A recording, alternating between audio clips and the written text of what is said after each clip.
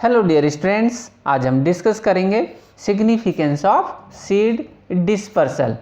Seed जैसा कि हमें मालूम है, it is A final product of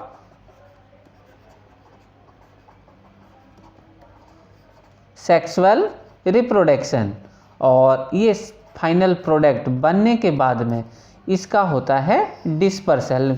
Seed dispersal means dissemination of seeds to various distance from parent plant।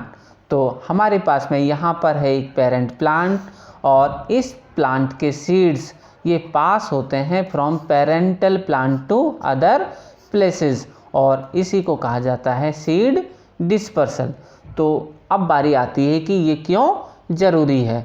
तो मान के चलिए कि अगर कोई प्लांट ये बियर करता है बहुत सारे सीड, और सारे के सारे सीड ये फॉल होते हैं जस्ट इसके नीचे, इसके आसपास।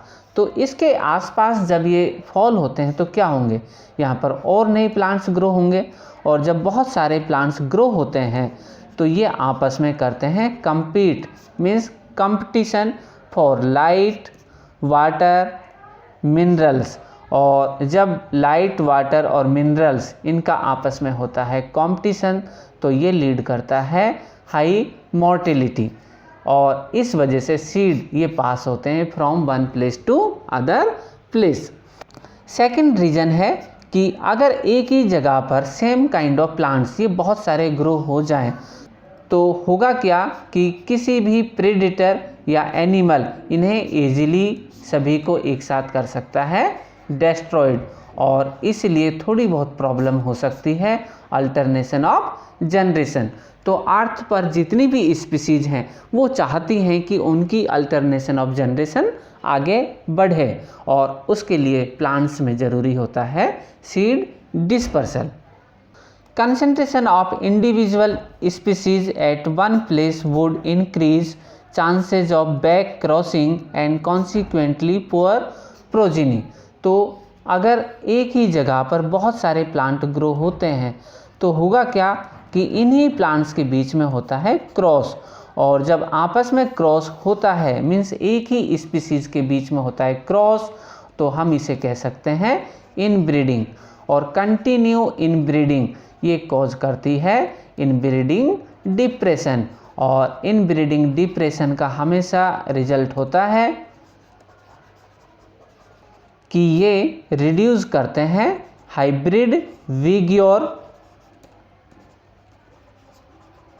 A dense local population of a species is much more vulnerable to epidemic attack of fungi and insect or other could lead to complete extinction of the species। तो होता क्या है कि मान के चलिए हमारे पास में एक है पर्टिकुलर ये एरिया, और यहाँ पर सेम काइंड ऑफ स्पीसीज, इसकी डेंसिटी है बहुत ज़्यादा, तो क्या ये प्लांट यहाँ सेफ है? तो इसका आंसर होता है नो, संख्या ज़्यादा है। तो इस तरह की लोकेशन को कहा जाता है हॉट स्पॉट, और हॉट स्पॉट जो एरिया है यहाँ पर पर्टिकुलर स्पीसीज ये मिलती तो बहुत ज़्यादा है, लेकिन अदर प्लेसेस पर इनके नंबर्स काफ़ी कम होते हैं।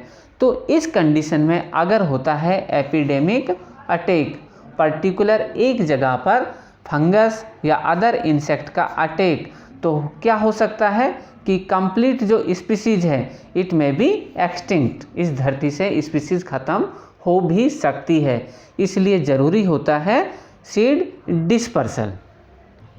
तो सीड डिस्पर्सल होने के लिए प्लांट्स में क्या क्या मैकेनिज्म डेवलप होते हैं। तो पहला है हमारे पास में ऑटोकोरिंग, और इसमें seeds they are dispersed to considerable distance, और ये होता है सेल्फ मैकेनिज्म। तो आप डायग्राम में देख सकते हैं कि सीड के साथ यहाँ पर है एक लाइट वेट स्पाइरल थिंग्स, और ये सीड को करती है डिस्पर्स। और ये सीड किसके हैं? इम्पेशियंस परवी फ्लोरा के। सेकंड है एनिमोकोरी, और यहाँ पर जो सीड्स हैं ये डिस्पर्स होते हैं बाय विंड और एयर। तो सीड्स में एक स्पेशल मैकेनिज्म मिलता है, आप देख सकते हैं कि सीड के चारों तरफ यहाँ पर प्रेजेंट हैं बहुत सारे फाइबर्स, और ये फाइबर्स होते हैं light weight and they helps for seed dispersal. और ये एग्जाम्पल है किसका? कैलोट्रोपिस प्रोसेरा का।